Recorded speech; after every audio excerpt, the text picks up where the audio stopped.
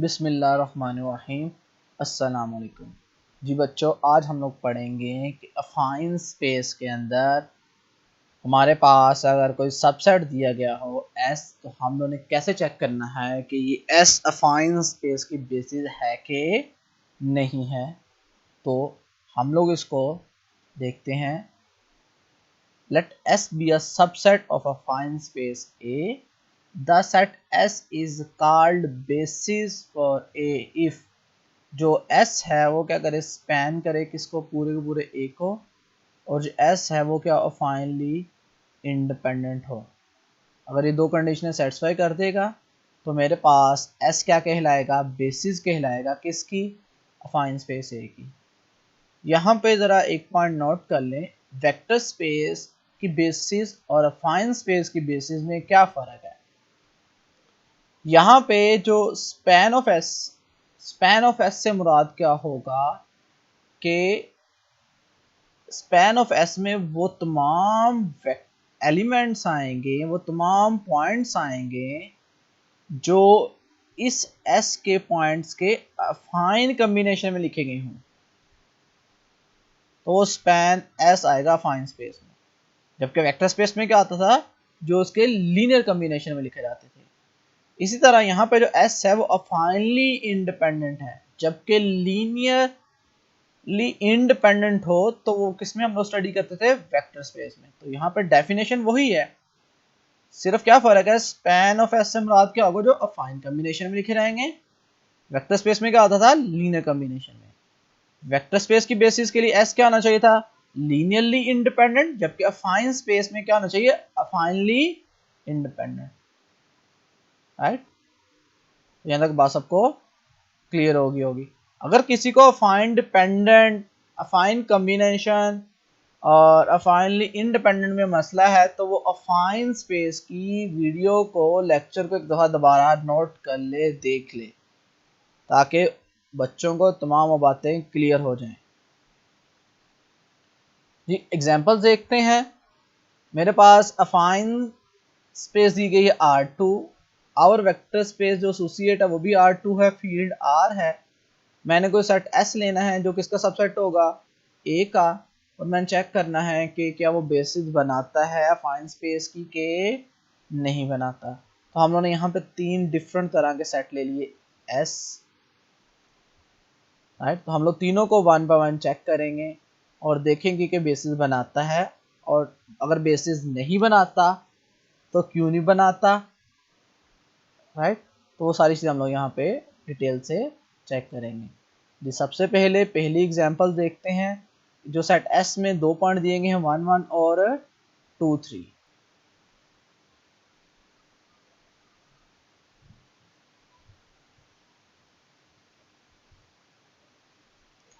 जी सबसे पहले देखते हैं, मेरे पास 1 1 और 2 3 दो पॉइंट्स हैं।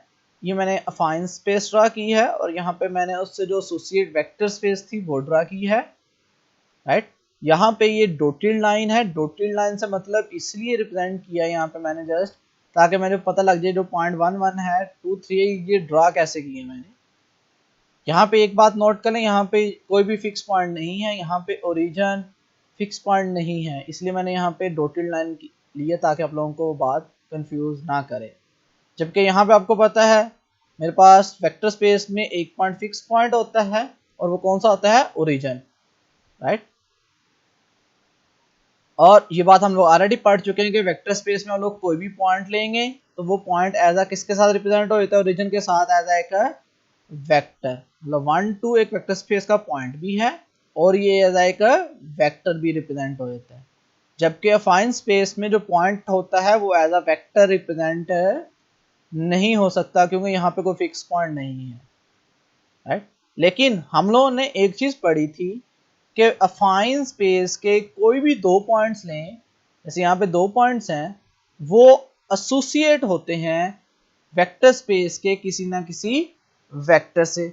जिस तरह यहाँ पे मैंने आप लोगों को रिप्रेजेंट किया है, मैं क्या करता हूँ 1 1 को एसोसिएट कर देता हूँ ओरिजिन के साथ, 2 3 को मैं एसोसिएट कर देता हूँ ओरिजिन के साथ, सॉरी 2 3 को मैं एसोसिएट कर देता हूँ 1 2 के साथ, तो इसका मतलब 2 3 और 1 1 दो पॉइंट से अफाइन स्पेस के, और वो इस वेक्टर के साथ क्या हो गए, एसोसिएट हो गए, राइट। और ये वेक्टर कौन सा होगा, 1 2 ही होगा, क्योंकि ये वेक्टर स्पेस के अंदर है, राइट। तो यहाँ तक बात क्लियर होगी।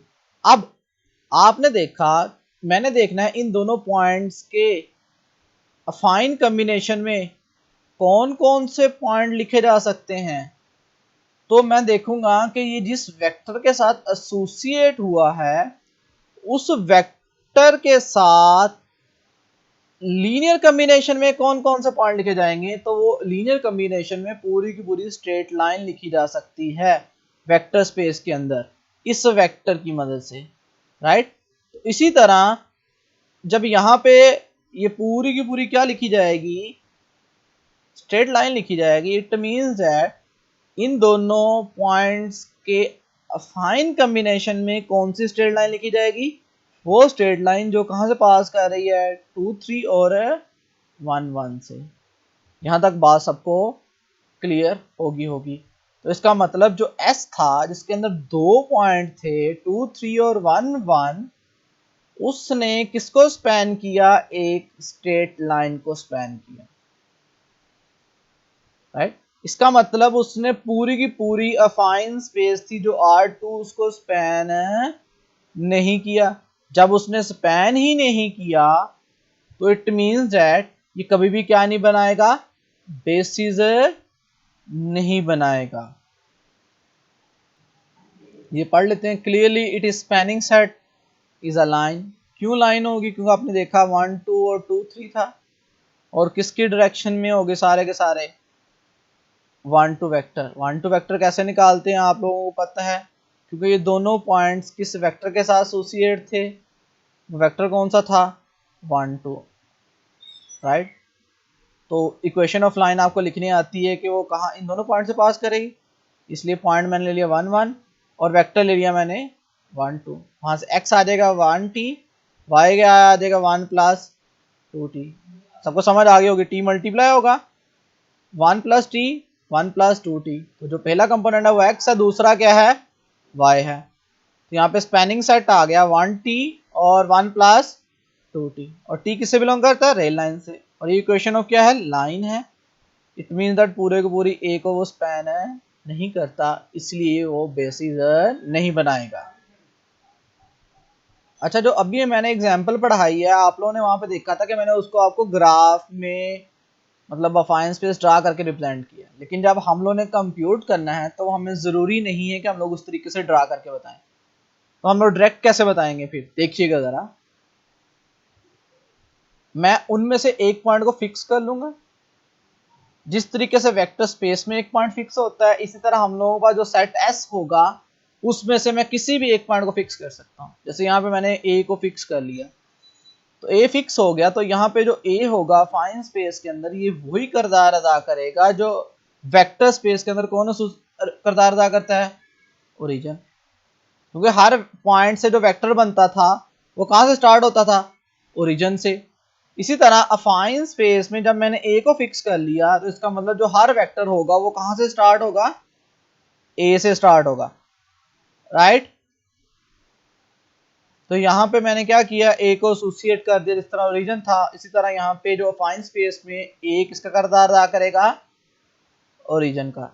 तो मैंने क्या किया, ए बी, फिर देखो अब यहाँ पे जो मैंने भी बताया जिस तरह वेक्टर स्पेस में हर वेक्टर कहाँ से शुरू होता था, ओरिजिन से, इसी तरह अफाइन स्पेस में हर वेक्टर कहाँ से शुरू होगा, ए से।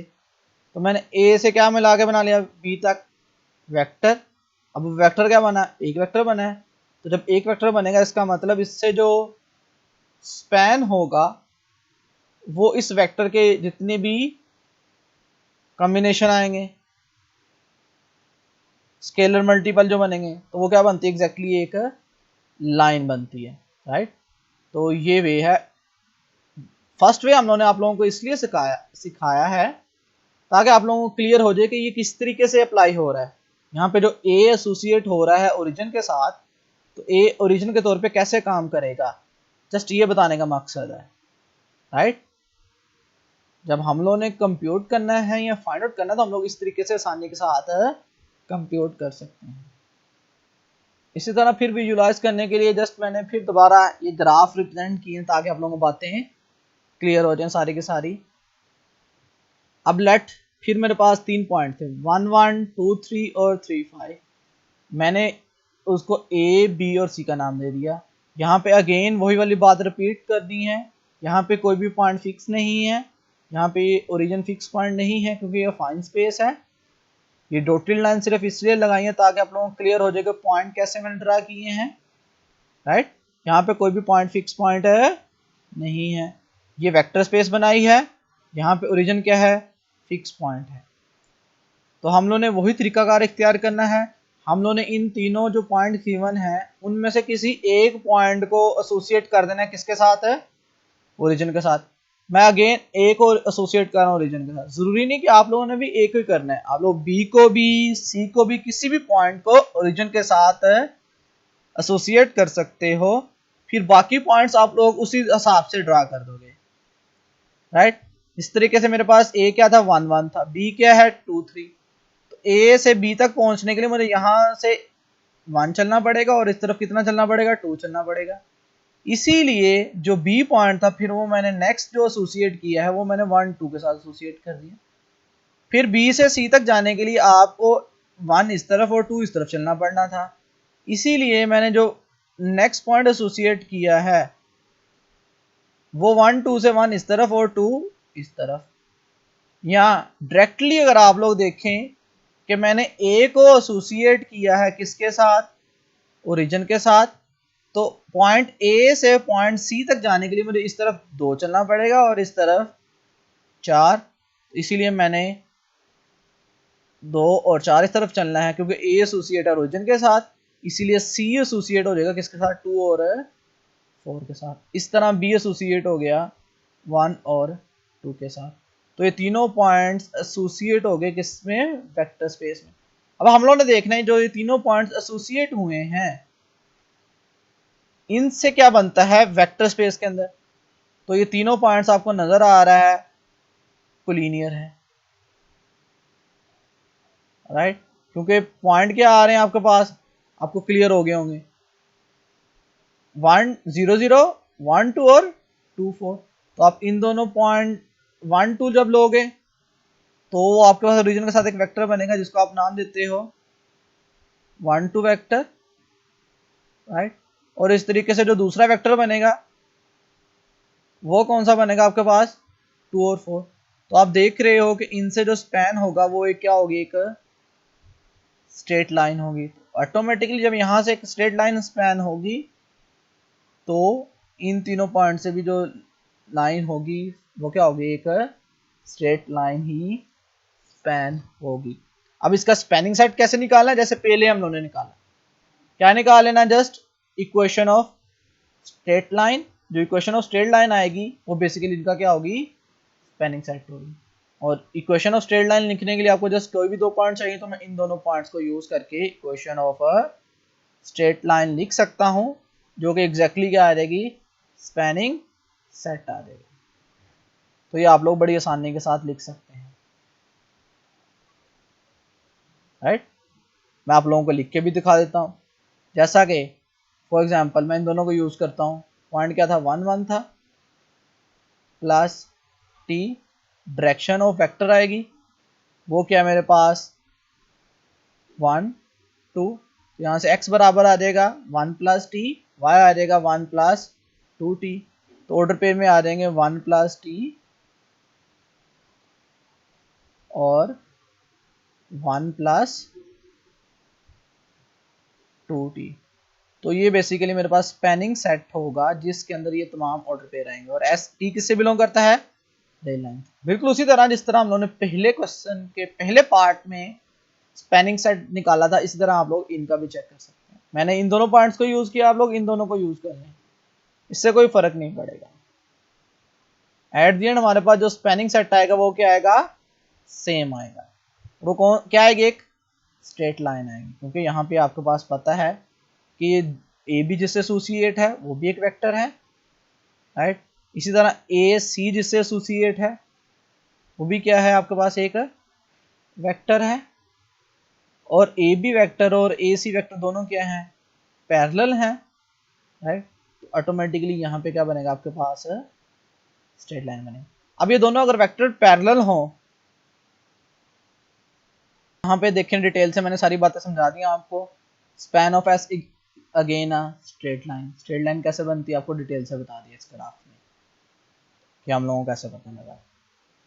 अब एस क्या होगा, फाइनली डिपेंडेंट होगा। क्यों फाइनली डिपेंडेंट है, क्योंकि आपको बताया कि जो ए बी और ए सी वेक्टर से, जो पॉइंट से वो वेक्टर के साथ एसोसिएट थे, तो ये ए बी वेक्टर था और ये ए सी वेक्टर था, और दोनों क्या है, पैरेलल हैं। जब दोनों वेक्टर पैरेलल हो जाए तो इट मीन्स दैट जो पीछे पॉइंट्स हैं वो भी क्या हैं, पैरेलल होने से मुराद यही है ना कि तीनों पॉइंट्स जिनके साथ एसोसिएट हैं वो आपके साथ क्या है, बनाते हैं एक स्ट्रेट लाइन। और हम लोगों ने पढ़ा था अगर तीन पॉइंट एक स्ट्रेट लाइन के साथ एसोसिएट हो जाए तो तीनों पॉइंट क्या होते हैं, कोलिनियर होते हैं। कोलिनियर हो जाए तो हम लोगों ने देखा था कि जब पॉइंट कोलिनियर होते हैं तो वो तीनों क्या होते हैं, पॉइंट्स अफाइनली डिपेंडेंट होते हैं। क्यों, क्योंकि हम लोग फिर एक पॉइंट को बाकी दो पॉइंट्स के फाइन कॉम्बिनेशन में लिख सकते हैं। कैसे लिख सकते हैं, ये हम लोग ने जब लास्ट वीडियो देखी थी, अफाइनली रेशो, और रेशो को कैसे यूज करके हम लोग अफाइनली डिपेंडेंट वे में लिखते हैं, उसमें डिटेल से हम लोगों ने सारी बातें सीख ली थी, राइट। इस तरीके से प्रूव हो गया कि जो पॉइंट्स ए बी सी हैं वो क्या है, कोलिनियर है, तो ये क्या होंगे, फाइनली डिपेंडेंट होंगे, क्योंकि हम लोग किसी एक पॉइंट को बाकी दो के फाइन कॉम्बिनेशन में लिख सकते हैं। कैसे लिखेंगे, ये हम लोगों ने रेशो और रेशो को यूज करके लिखना सीख लिया हुआ है जी। यहाँ तक बात सबको क्लियर होगी। अच्छा, वो फर्स्ट वन वे इसलिए कह रहा हूँ कि वहाँ पे हम लोगों ने ड्रा करके फाइन स्पेस और वेक्टर स्पेस एक तरह ड्रा करके दोनों पॉइंट्स को एसोसिएट करके आप लोगों को दिखाया है। लेकिन जब हम लोगों ने क्वेश्चन आ रहे और कंप्यूट करना, तो हम लोग कैसे कंप्यूट करेंगे, तो हम लोगों ने क्या करना है, किसी एक पॉइंट को अगेन एसोसिएट कर देना है ओरिजिन के साथ। एसोसिएट करने का मतलब क्या होगा कि जो वेक्टर स्पेस में ओरिजिन काम करती थी वही अफाइन स्पेस में वो पॉइंट काम करेगा, राइट। आप किसी भी पॉइंट को एसोसिएट कर सकते हो, मैं ए को कर रहा हूँ यहाँ पे अगेन। तो कोई भी वेक्टर जो होता था वो स्टार्ट किससे होता था, ओरिजिन से। इसका मतलब यहाँ पे कोई भी वेक्टर जो होगा वो स्टार्ट किससे होगा, ए से, राइट। तो हम लोगों ने वेक्टर ए बी ले लिया जो कहाँ से स्टार्ट हो रहा है, ए से, और ए सी ले लिया जो कहाँ से स्टार्ट हो रहा है, सी से। तो वेक्टर आपको निकालने आता है, बी में से ए पॉइंट माइनस कर दिया तो 1 2 आ गया। इसी तरह सी में से ए पॉइंट माइनस कर दिया तो 2 4 आ गया। इसको मैं लिख सकता हूँ 2 इंटू 1 2, और 1 2 एग्जैक्टली क्या है आपके पास, ए बी। तो ए सी किसके बराबर आ गया, 2 टाइम, और हम लोगों ने देखा था अगर ए सी 2 टाइम ए बी आ गया है, इसका मतलब ए सी और ए बी क्या हो गए, पैरेलल हो गए। और हम लोगों ने लास्ट टाइम कंप्यूट किया था अगर दो वेक्टर्स पैरेलल हो जाएं तो जो तीनों पॉइंट्स होते हैं वो कोलिनियर होते हैं, राइट। और हम लोग किसी एक पॉइंट को बाकी दो पॉइंट्स के फाइन कॉम्बिनेशन में भी लिख सकते हैं। यहां तक बात सबको क्लियर होगी। इसीलिए वो क्या होते हैं, फाइनली डिपेंडेंट हो जाते हैं। इसीलिए एस क्या नहीं बनाएगा, एस स्पैन भी नहीं कर रहा। एस किसको स्पैन कर रहा है, एक लाइन को, राइट, और कोलिनियर है, इसलिए ना ही ये स्पैन करता है पूरे के पूरे A2 को, ए क्या यहाँ पे R2। इसका मतलब ये R2 को ना ही पूरे को स्पैन कर रहा है और ना ही ये लीनियरली इंडिपेंडेंट है, राइट। तो आप लोगों को सारा बात क्लियर हो गई होगी कि ये सेट जो S है ना ही फाइनली इंडिपेंडेंट है, ना ही ये पूरे के पूरे A को क्या करता है, स्पैन करता है। तो ये दोनों कंडीशन को सेटिस्फाई नहीं करता है। जबकि जो हम लोगों ने पहली एग्जांपल देखी थी उसमें जो S था वो फाइनली इंडिपेंडेंट था लेकिन वो स्पैन नहीं कर रहा था। अब हम लोग थर्ड एग्जांपल देखते हैं। अब यहाँ पे सेट क्या था, S उसमें तीन एलिमेंट्स है, 1 1 2 3 और -1 0। अगेन फर्स्ट वे में हम लोग पहले ऑब्जर्व करेंगे, एनालिसिस करेंगे किस तरीके से ये बेसिस बनाता है कि नहीं बनाता। अगेन यहाँ पे मैंने ए बी और सी रिप्रेजेंट किए हैं। यहाँ पे मैंने ए को एसोसिएट कर दिया अगेन किसके साथ, ओरिजिन के साथ। ए क्या है यहाँ पे 0.11, बी क्या है 2 3। अगेन यहाँ पे बात याद रखिएगा, डॉटेड लाइन इसलिए रिप्रेजेंट की है, यहाँ पे ये फिक्स पॉइंट है नहीं है ओरिजिन, क्योंकि ये फाइन स्पेस है। अब जो ए से बी तक जाने के लिए ए 1 1 है, बी 2 3 है, तो 1 2 का रास्ता खाना लेना पड़ेगा। इसीलिए ए तो एसोसिएट हो गया ओरिजिन के साथ, बी तक जाने के लिए ए से 1 2 चाहिए था, इसलिए मैंने बी को एसोसिएट किससे कर दिया, 1 2 से।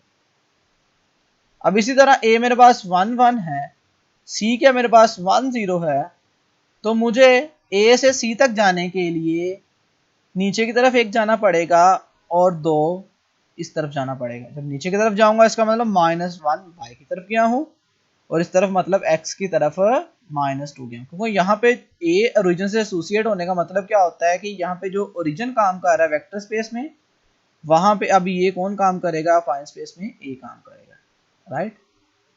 तो इसीलिए मुझे a से c तक जाने के लिए कितना चलना पड़ा, y की तरफ -1 और x की तरफ -2, इसीलिए मैंने c को एसोसिएट कर दिया -2 और -1 से, राइट।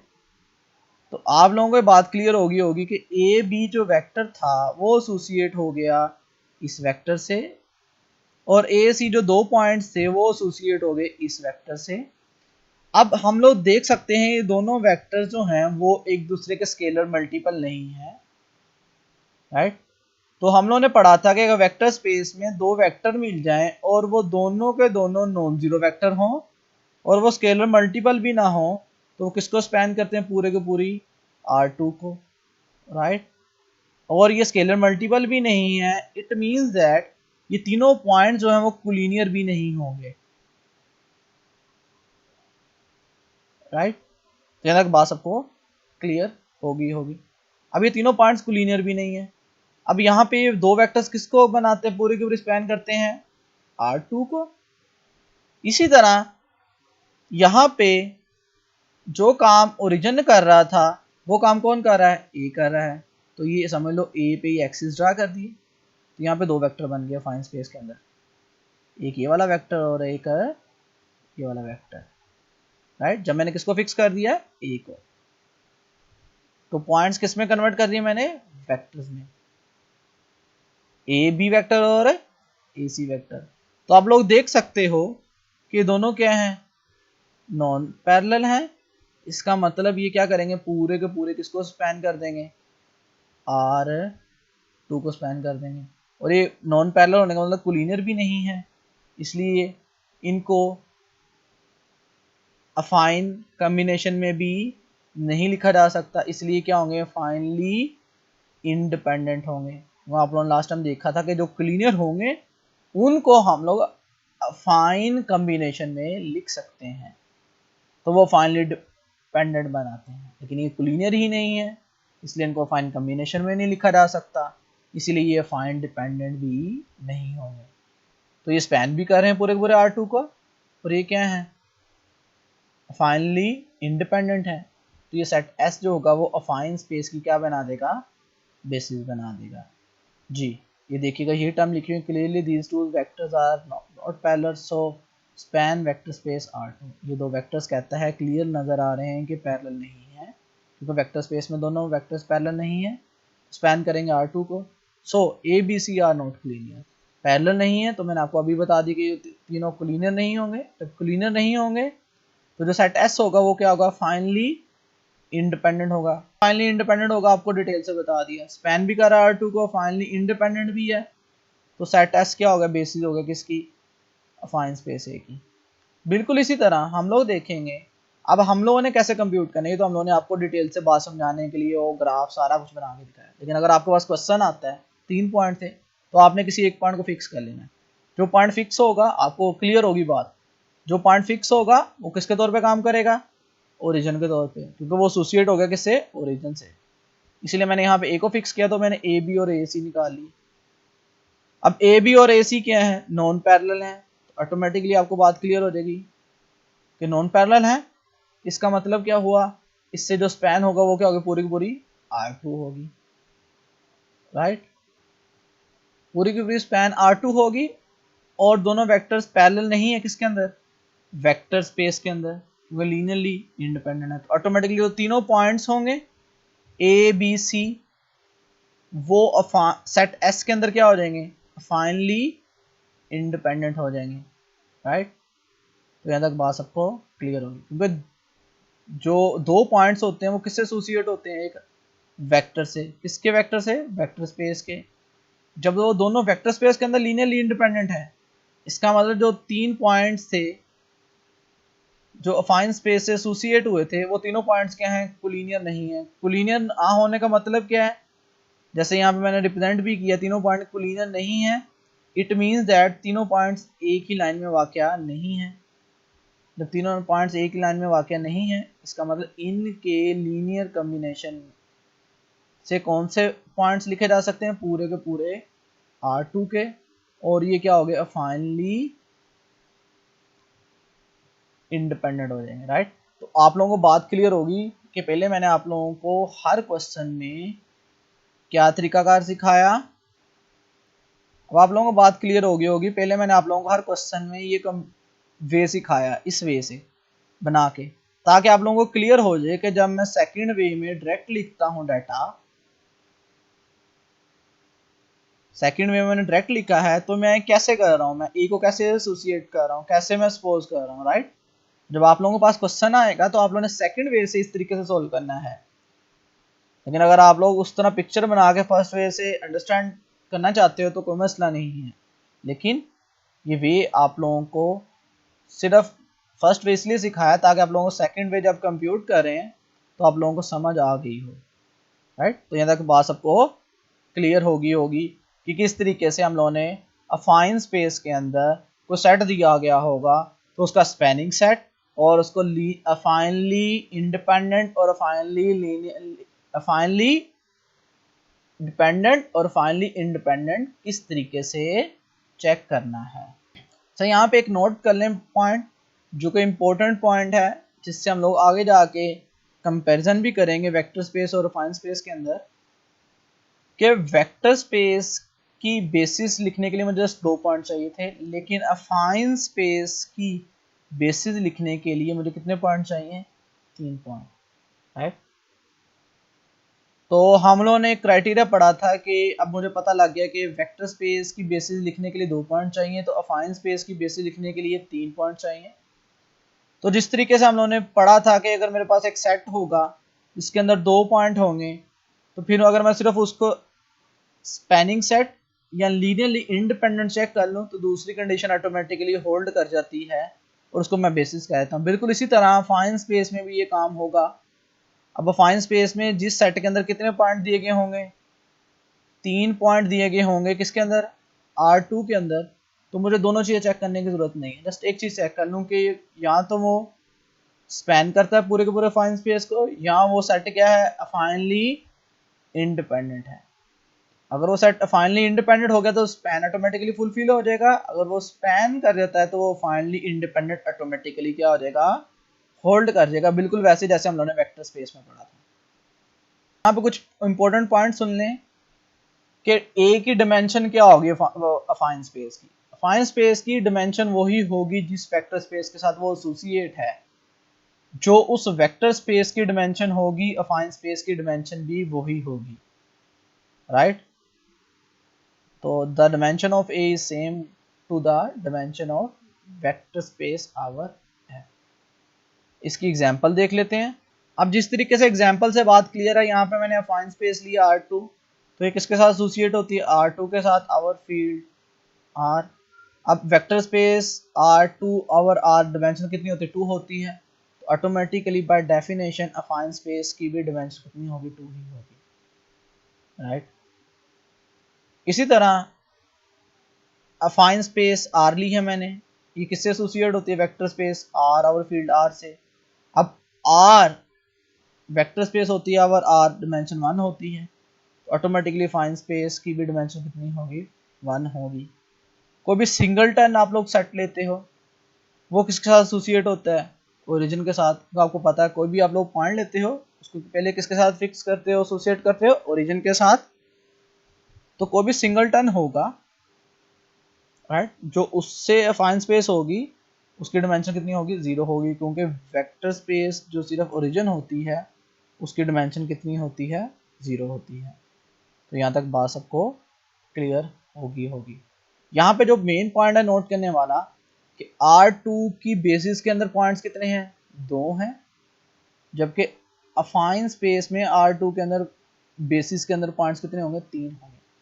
अब ये मेन बात हमें क्लियर हो गई है कि इसके अंदर 2 क्यों, इसके अंदर 3 क्यों? क्योंकि यहाँ पे तीसरा पॉइंट ऑटोमेटिकली क्या होता है? फिक्स होता है। कौन सा? ओरिजिन। यहाँ पे 3 पॉइंट की जरूरत क्यों पेश आती है? क्योंकि यहाँ पे जो फिक्स पॉइंट होता है अफाइन स्पेस में हमें खुद करना पड़ता है फिक्स। जब मैंने अफाइन स्पेस में खुद फिक्स करना है तो 2 पॉइंट्स तो वैसे ही काम करेंगे जैसे इसमें 2 पॉइंट्स काम करते हैं। तो तीसरा पॉइंट जो होता है वो किसके तौर पे काम करेगा? ओरिजिन के तौर पे काम करेगा। जो यहाँ पे ओरिजिन काम करती है, यहाँ पे तीसरा पॉइंट वो काम करता है। इसीलिए इसकी बेसिस के अंदर, अफाइन स्पेस की बेसिस के अंदर वेक्टर स्पेस से कितने एलिमेंट ज्यादा होंगे? 1 एलिमेंट ज्यादा होगा, राइट। यहाँ तक बात सबको क्लियर होगी।